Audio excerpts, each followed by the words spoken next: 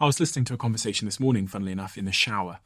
And in part of the podcast, they said there was one of the hosts who was trying to frame it as this kind of like sugar conspiracy theory. Yeah. And it's like processed food conspiracy theory where like Big Pharma are like all in on it. And there's like these evil people in this like tower or whatever. And then it was rebutted by the other host who basically made the case, which I kind of believe, that actually it's not necessarily this big conspiracy theory. It's really a case of incentives, like commercial incentives. And he explained that one of the leading soda brands that we all know and drink, probably the most famous in the world, they basically ran a study where they put different amounts of sugar into their drink to see what sold the most. Yeah. And the scientists there put like 30 grams in, 40 grams in, 50 grams, 60 grams in. Some people loved 30 grams, some people loved 60 grams of sugar.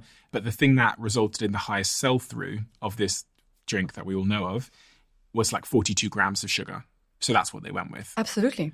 And again, like, it sounds really, really evil, but when you just break something down to the incentives, a company has a key KPI, an OKR, and a metric of make more money. They are publicly listed. They've got investors. Exactly. They don't make more money, they die. Exactly. So that's their incentive. And if they find out that 42 grams of sugar in a drink is going to result in that goal being met, then that's what they're going to do. Totally, Stephen.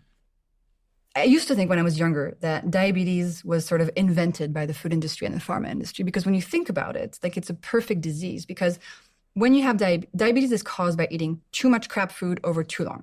And then once you have diabetes, instead of saying, hey, stop the crap food, they just give you medication that allows you to keep eating the crap food and manage your condition. And then you need more medication and you're eating more crap food and then you die.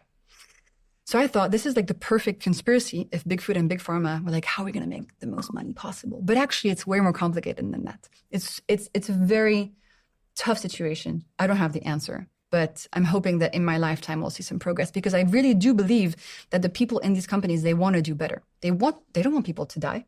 They don't want people to get sick, but they also have to make sure that the company is making money. So how do you bridge those two? That's a really interesting question.